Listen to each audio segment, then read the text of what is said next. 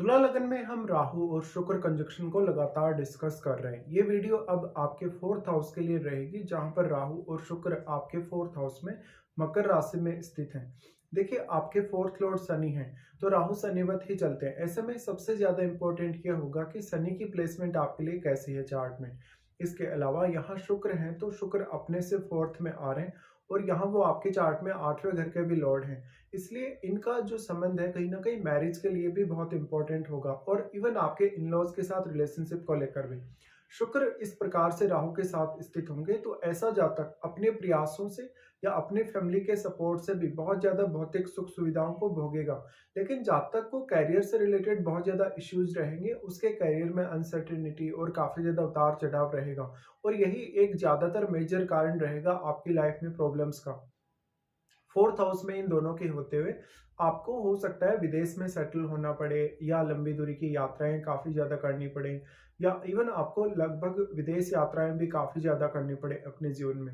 लेकिन ये भी निश्चित है कि आपका जो भौतिक सुख सुविधाओं की जो प्राप्ति आपको होगी, वो विदेश में होगी या किसी अदर प्लेस पे होगी। अगर आप अपना जन्म स्थल छोड़ते हैं, तो इस बात की संभावना काफी ज्यादा होगी कि आप एक अच्छा जीवन जी पाएंगे।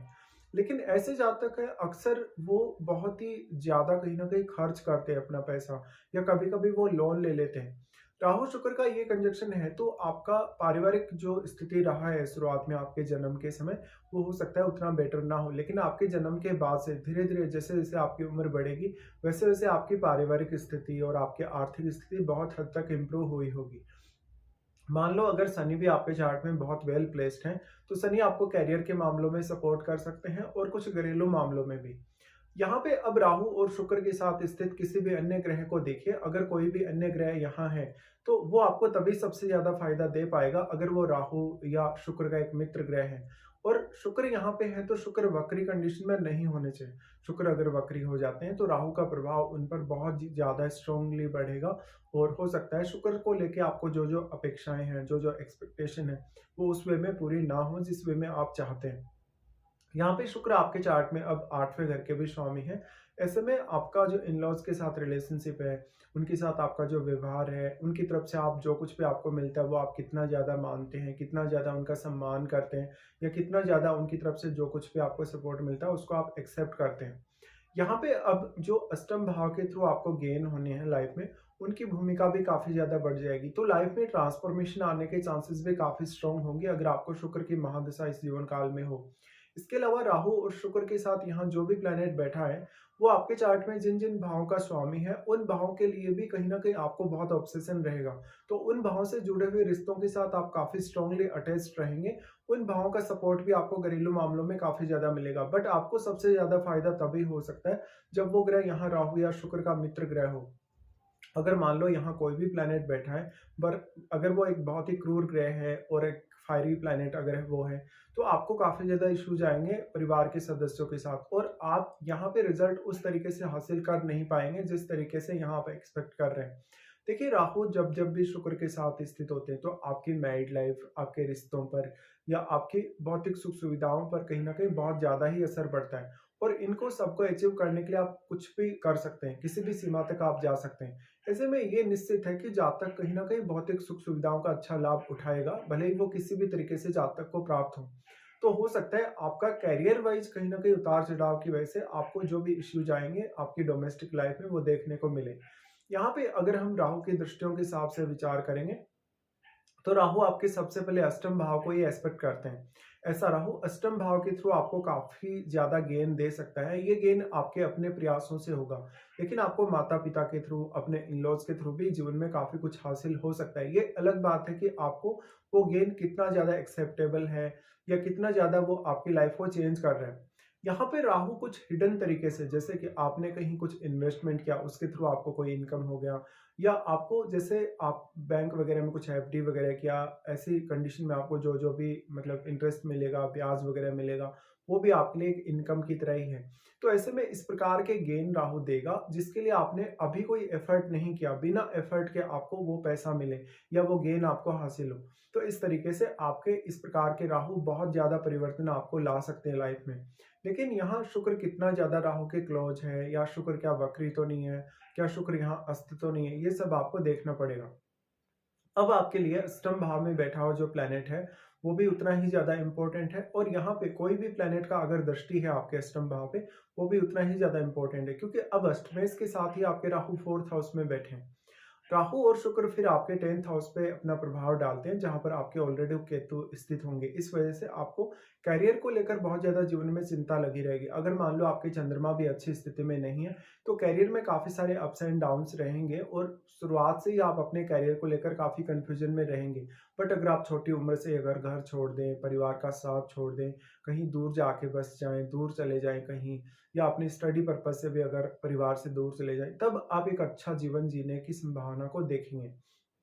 तो आपका जो सेटिस्फेक्शन है कहीं न कहीं वो परिवार को छोड़ने से, अपने जन्म स्थल को छोड़ने से ज़्यादा बेहतर हो सकता है। अब यहाँ पे जो केतु के साथ प्लैनेट है आपके 10th हाउस में, उसको देखिएगा। वो प्लैनेट आपके चार्ट में जिन-जिन भावों का स्वामी है, उन भावों के थ्रू आपको अपने करियर में कोई ख़ास सफलता नहीं मिलेगी, अगर उन भावों के सपोर्ट के हिसाब से आप देखें।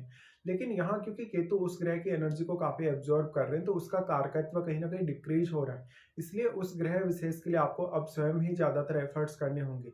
और वो ग्रह आपके चार्ट में जिन-जिन भावों को रिप्रेजेंट कर रहा है, उन भावों के लिए भी आपको स्वयं ही बहुत ज़्यादा एफर्ट करने की आवश्यकता पड़ेगी।